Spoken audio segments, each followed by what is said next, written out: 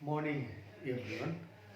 आज इस वीडियो में जो टॉपिक कवर करेंगे ये भी आपका फार्मास्यूटिकल एनालिसिस जो बी फॉर्म फर्स्ट आपका सेमेस्टर है उसकी जो सेकेंड यूनिट है एसिड बेस टाइट्रेशंस, उसी का ही अभी आपका ये पार्ट चलेगा। एक दो वीडियो आगे भी आपको जो मिलेगा आपको देखेंगे वीडियो में, वो भी इसी के आगे का आप देखेंगे। तो इसमें आज हम देखेंगे इंडिकेटर। हम जो भी कोई भी आपका जो टाइट्रेशंस करते हैं, सपोज जैसे मान लिया जाए एसिड बेस टाइट्रेशन, आपको जो स्टार्टिंग में बताते हैं प्रिंसिपल कि हम एसिड या बेस कोई भी दिया हुआ कंपाउंड एसिड है या बेस है, वो कंपाउंड आपका एसिड है कि बेस है उसको डिटरमाइन करने के लिए हम यूज करते हैं आपका एसिड बेस इंडिकेटर। तो जैसे मान लो सपोज मान लीजिए आपको मैंने दे दिया एसिड, आपका सपोज या एसिड कुछ भी बेस मान लीजिए आपको नहीं दिया मैंने आपका सोडियम हाइड्रोक्साइड का 100 ml का सोल्यूशन दे दिया और उस सोल्यूशन को आपको बताया कि आप डिटरमाइन कीजिए कि उस 100 ml सोल्यूशन की कितनी स्ट्रेंथ है, मतलब उसमें NaOH कितना प्रेजेंट है। यही आपका क्वांटिटेटिव होता है और इसीलिए हम एसिड बेस इंडिकेटर यूज करते हैं। तो अब NaOH आपका है, इसको हम आपको बताएं कि अगर बेस को बारे में पता करना तो हम यूज करेंगे एसिड, और एसिड के बारे में पता करना तो हम करेंगे भी आपका use as a standard solution आपका बेस। यहाँ पर हमें किसके बारे में मालूम करना है, NaOH। तो इसके लिए हम यूज करेंगे कोई ना कोई आपका क्या यूज करेंगे एज अ स्टैंडर्ड सोल्यूशन, हमको यूज करेंगे आपका एसिड। लेकिन जब आप देखेंगे NaOH का सोल्यूशन लोगे, मीन्स जो आपका सोल्यूशन NaOH का रहेगा वो भी एकदम क्लियर रहता है और एसिड भी आपका क्या रहता है, क्लियर रहता है। दोनों आप ग्रेडिएट करेंगे तो आपको बनाएंगे सॉल्ट प्लस वाटर। ये आपका नॉर्मल रिएक्शंस होते हैं। ये आपको मैंने चीज़ें जो आपकी जो एसिड बेस टाइट्रेशंस के जो प्रिंसिपल था उस प्रिंसिपल में आपको समझाया था। तो अब ये भी क्लियर, ये भी क्लियर, आपको जो प्रोडक्ट बनेगा वो भी क्लियर होगा, आपका कलरलेस होगा। फिर आपको कैसे मालूम चलेगा कि हाँ अब आपका रिएक्शन एंड हो गया, आपको फर्दर ऐड करने की जरूरत नहीं है, या फिर आप रिएक्शंस कंप्लीट हो गए, इस चीज़ को कैसे आप पता करेंगे। तो उसी चीज़ को पता करने के लिए हम एक सब्सटेंस को यूज करते हैं, उसी सब्सटेंस का नाम दिया गया आपका इंडिकेटर। इंडिकेटर जैसे आपके व्हीकल्स में होता है ना, गाड़ी में, बाइक में, कार में, कहीं जैसे आप जा रहे हैं, लेफ्ट मुड़ना हो तो राइट मुड़ना, तो आप क्या करते हैं, इंडिकेटर जलाते हैं। इंडिकेट करता है ना कि पीछे वाले कहाँ, ये आप जो भी गाड़ी से जा रहे हैं हम राइट मुड़ेंगे या फिर आपके लेफ्ट मुड़ेंगे। उसी तरह इंडिकेटर यहाँ पर जो हम यूज करते हैं, ये आपका इंडिकेट करता है कि आपका रिएक्शंस कंप्लीट हो। सिंपल इसका डेफिनेशन है एन ऑक्सिलरी रिएजेंट। ऑक्सिलरी इसलिए नाम दिए हैं क्योंकि ये रिएक्शन में पार्टिसिपेट नहीं करेगा, ये सिर्फ रिएक्शन का पार्टिसिपेट नहीं करते, ये सिर्फ रिएक्शन की कंप्लीशन को बताता है कि हाँ रिएक्शन अब आपका कंप्लीट हो गया, फर्दर आपको कुछ भी एडिशन करने की जरूरत आपका नहीं है, इसलिए इसका नाम दिएगा auxiliary reagent. The auxiliary agent that helps to find the visual end point of the titration. Titration देख कर ही हमें पता चल जाता है कि हाँ जैसे कि आपका रिएक्शंस कंप्लीट हुआ तो कैसे देखेंगे आंखों से, तो कुछ ना कुछ ऐसे कलर चेंज या कुछ आपके चेंजेस आएंगे जिसको देख कर आपको पता चल जाएगा, आपको फाइंड आउट करता है कि हाँ अब आपका एंड पॉइंट आ गया, आपका टाइट्रेशन एंड होने वाला, आपका एंड हो गया। तो उसे ही सब्सटेंस को बुलाता है ऑक्सिलरी, आपका ऐसे सब्सटेंस को बुलाता है इंडिकेटर्स। तो indicator any substance, any chemical आपका reagent, any chemical substance compound that is auxiliary reagent that helps to find the visual end point of the titration.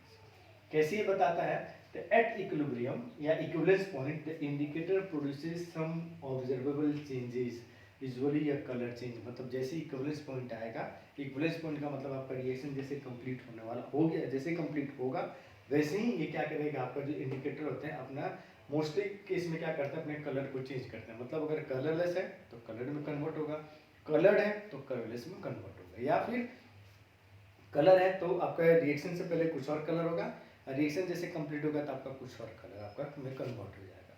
तो ऐसे ही रिएक्शंस कंपाउंड्स को बुलाता है इंडिकेटर बुलाता है। जैसे इसी केस में आपका NaOH और एसिड का, जब आप एसिड बेस का टाइट्रेशन करते हैं तो सबसे बेस्ट इसमें जो मोस्ट कॉमनली जो इंडिकेटर हम यूज करते हैं वो होता है आपका फिनोल्फथलीन। ये जो फिनोल्फथलीन होती है, ये फिनोल्फथलीन आपका एसिड में कोई कलर नहीं, कलरलेस होता है। मीन्स आप एसिड लो, HCl का सोल्यूशन लो, H2SO4 का सोल्यूशन लो, एसिटिक एसिड का सोल्यूशन, उसमें जब फिनोल्फथलीन का सोल्यूशन डालेंगे कोई कलर नहीं। अब उस सोल्यूशन में NaOH डालते जाओ तो जैसे एसिड खत्म हो जाएगा और पीएच आपका जैसे बेसिक होगा, ये जो फिनोल्फथलीन होता है ना कलर से कन्वर्ट हो जाता है पिंक कलर में। तो इस टाइप के कलर आपके चेंजेस होते हैं, कलर आपका कलरलेस से कलर्ड या कलर्ड से कलरलेस या एक कलर से दूसरे कलर में कन्वर्ट हो जाता है, और कन्वर्जन से ही हमें पता चलता है, इंडिकेट करता है कि आपका रिएक्शंस क्या अब कंप्लीट हो गया, इक्विवेलेंस पॉइंट रीच हो गया, आ गया है। तो ऐसे सब्सटेंस को बुलाता है इंडिकेटर। ऑक्सिलरी आपको बता दिया, ऑक्सिलरी का मतलब रिएक्शन में पार्टिसिपेट नहीं करे। टाइप्स इंडिकेटर, 3 तरह के इंडिकेटर होते हैं डिपेंडिंग कहाँ पर उनको हम कैसे यूज करें। सबसे पहला है internal indicator, then external and self. Internal indicator का मतलब होता है जब आप टाइट्रेंट या टाइट्रेंट मतलब स्टैंडर्ड सॉल्यूशंस, रिएजेंट या फिर आपका एनालाइट, दोनों में से किसी एक के अंदर हम क्या करते हैं, इस इंडिकेटर की यूज करते हैं। जैसे सपोज मानो एसिड बेस का हम टाइट्रेशन कर रहे होते हैं तो हम क्या करेंगे, फिनोल्फिन को यूज करेंगे एज ए इंडिकेटर के रूप में। हम या तो NaOH का सॉल्यूशन में, मतलब जो भी हम आपका नीचे बीकर में या कोनिकल फ्लास्क में जो भी सॉल्यूशन लेंगे, एसिड लेंगे या बेस जो भी रखेंगे, उसी के अंदर हम क्या करते हैं, आपका 1 या 2 ड्रॉप फिनोल्फिन सॉल्यूशंस को डालते हैं। तो इसे बोलते हैं इंटरनल, मतलब ये रिएक्शन जो आपका कंटेनर है जिसमें रिएक्शन अकर हो रहा है, उसी का अंदर आपका ये इंडिकेटर प्रेजेंट होगा, इसीलिए बोलते हैं आपका इंटरनल इंडिकेटर। एक्सटर्नल का मतलब होता है, इसको आप डिटेल में भी देखेंगे तीनों चीज को। एक्सटर्नल का मतलब होता है नहीं रिएजेंट नहीं एनालाइट, दोनों के अंदर ये प्रेजेंट रहेगा, हम अलग रखेंगे। मतलब जैसे ब्यूरेट में हम आपको बताए थे जो आप यूज करते हैं, ब्यूरेट में एक सोल्यूशन रखते हैं टाइट्रेंट, और आपका नीचे टाइट्रेंट रखते हैं उसमें आपका कोनिकल फ्लास्क में, तो इन दोनों में आपका नहीं रहेगा इंडिकेटर। या तो मोस्ट केस में जो नीचे आपका टाइट्रेंट रखते हैं, जो इसके अंदर कोनिकल फ्लास्क के अंदर सोल्यूशन लेते हैं, उसके अंदर हम इंडिकेटर को डालते हैं, तो वही इंटरनल। एक्सटर्नल नहीं आपके ब्यूरेट वाले में रहेगा, नहीं कोनिकल फ्लास्क में, ये हम अलग बीकर में रखते हैं, अलग आपके ग्लासवेयर्स में रखते हैं। फिर कैसे इसको हम यूज़ करते हैं, तो उसमें हम क्या करते हैं, जैसे इंडिकेटर रखेंगे, एक एक ड्रॉप डालेंगे, और ड्रॉप डालने के बाद इसमें से 1 ml निकालते हैं, और बाहर जो हम इंडिकेटर रखें उसके ऊपर ड्रॉप को डालते हैं, उस ड्रॉप को आपका ड्रॉप करते हैं, उस 1 ml जो 1 ड्रॉप जो भी आपका सॉल्यूशन लेते हैं उसको ड्रॉप करते हैं, फिर वो कलर आपका चेंज होगा, तो होता है एक्सटर्नल। मतलब टाइट्रेंट या टाइट्रेंट दोनों में से किसी के अंदर ये प्रेजेंट नहीं रहता। एंड थर्ड आपका है सेल्फ इंडिकेटर, मतलब आपका जो टाइट्रेंट जो स्टैंडर्ड सॉल्यूशन है वो खुद एक इंडिकेटर के रूप में यूज कर हो, मतलब खुद ही उसका कलर होगा, या तो कलर होगा या कलरलेस होगा, और वो कलर में आपका उसके कलर में क्या होगा, आपके चेंज आएंगे। और सबसे बेस्ट एक एग्जांपल होता है कि हम लोग पोटेशियम परमैंगनेट आप जो हम यूज करते हैं रिडॉक्स टाइट्रेशन के लिए, उसमें आप देखेंगे ये रिडॉक्स टाइट्रेशन पोटेशियम परमैंगनेट का जो सोल्यूशन होता है ना, वो सोल्यूशन हल्का पिंक, हल्का क्या गाढ़ा pink colour, violet pink violet colour होता है, लेकिन जब वो आपका इक्विवेलेंस पॉइंट होगा तो कलर आपका क्या होता है, फेड हो जाता है, कलर आपका कलरलेस हो जाता है। तो आपका टाइट्रेंट टी जो है मीन्स स्टैंडर्ड सॉल्यूशन जो है, वो स्टैंडर्ड सॉल्यूशन खुद एक इंडिकेटर के रूप में जब यूज होगा, या खुद एक इंडिकेटर के रूप में जब काम आपका करता है, तो वैसे इंडिकेटर को बोलते हैं सेल्फ इंडिकेटर। ये 3 तरह के इंडिकेटर्स हैं, इंटरनल, एक्सटर्नल, सेल्फ, इसको तीनों का भी डिटेल में देखेंगे। फर्दर इंटरनल एक्सटर्नल हम आपका किस टाइप ऑफ इंडिकेटर में यूज कर रहे हैं, आपका टाइट्रेशन में यूज कर रहे हैं, acid based acid based indicators, precipitation indicators precipitation titration में, रिडॉक्स टाइट्रेशन में तो redox indicator, complexometric titration में तो कॉम्प्लेक्स मेट्रिक इंडिकेटर। तो ये 4 तरह का फर्दर होता है, इंटरनल करो, एक्सटर्नल करो, या चार आपका मेन जो आपके होते हैं इंटरनल मीन्स आपके टाइट्रेंट या टाइट्रेंट मीन्स रिएक्शन मिक्सर के अंदर प्रेजेंट रहेगा, एक्सटर्नल बाहर प्रेजेंट रहेगा, और सेल्फ टाइट्रेंट खुद काम करेगा एज अ इंडिकेटर के रूप में, तो उसको बोलते हैं सेल्फ। अब इसमें देखेंगे जो आपके अभी बताया जो 3 टाइप्स ऑफ इंडिकेटर होते हैं, इंटरनल, एक्सटर्नल एंड सेल्फ, उसके बारे में थोड़ा सा देखेंगे। इंटरनल नाम से ही इंटरनल मतलब तो ऐसा इंडिकेटर जो रिएक्टिंग मिक्सर है, रिएक्टिंग सॉल्यूशन है, या जो टाइट्रेशन सॉल्यूशन है उसके अंदर ही ये मौजूद होगा, और जैसे एंड पॉइंट होगा अपने आप को क्या होगा, उसकी कलर चेंज होगी, या तो कलरलेस से कलर में जाएगा, या कलर से कलरलेस में जाएगा, या एक कलर से दूसरे कलर में कन्वर्ट होता है। तो वैसे इंडिकेटर्स को बोलते हैं इंटरनल इंडिकेटर्स। नाम से इंटरनल मतलब रिएक्टिंग जो आपका सॉल्यूशन होगा या टाइट्रेशन सॉल्यूशंस होगा उसी के अंदर मौजूद होगा।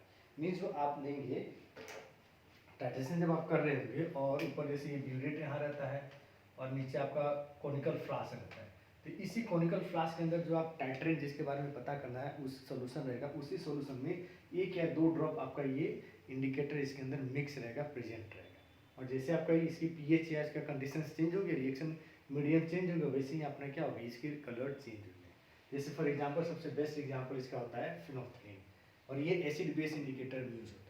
ब्यूरेट में हम आपका NaOH भर देंगे, नीचे आपका जो कोनिकल फ्लास्क रहेगा उसमें हम एसिड रखेंगे, उसी एसिड के अंदर 1 से 2 ड्रॉप क्या करते हैं, हम आपका इंडिकेटर डालते हैं।